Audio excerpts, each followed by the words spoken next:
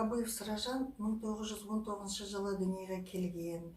1942 жылы комиссарияттың бұйрығыменен Өзбекстан Республикасының Андижан қаласындағы атқыштар курсын бітіріп, сол жерде аға лейтенант званиясын алып, 1943 жылы Семей қаласындағы Аягөз бекетінде қазақтар атқыштар взводының командирі болып, бұлар Сталинград шайқасына атталған.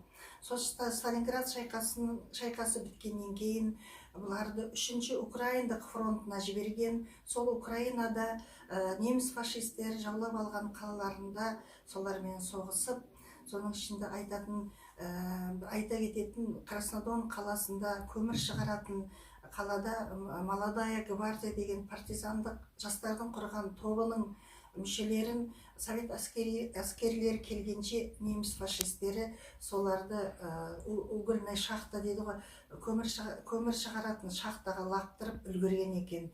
Содан кейін біздің әкеміз сол топтың мүшелерінің мәйіттерін шығарысу операциясына қатысқан.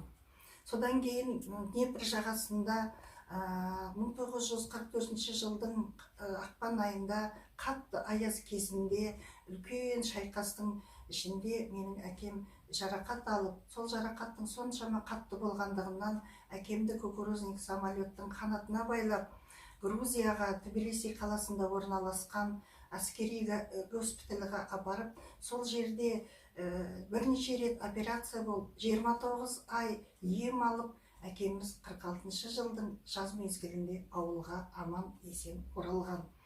Әкемізден қалған біздерде бойтұмар болып қалған естелік бар. Ол әкеміздің жаңағы совет үкіметінің жоғарғы кеңесінің атынан берілген медальдары, 46 жылғы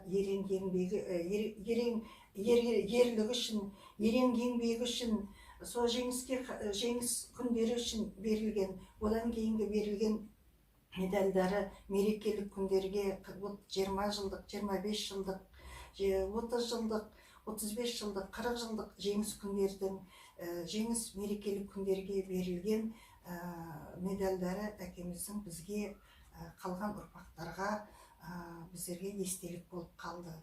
Әкеміз 46 жылы жаз мезгілінде келгеннен кейін анамыз Болатбаева Жонаспенен үйленіп, отбасы құрып, 7 баланы дүниеге келіп, олардан ұл немере сүйіп, жиен сүйіп, 67 жасында 1986 жылы о дүниеге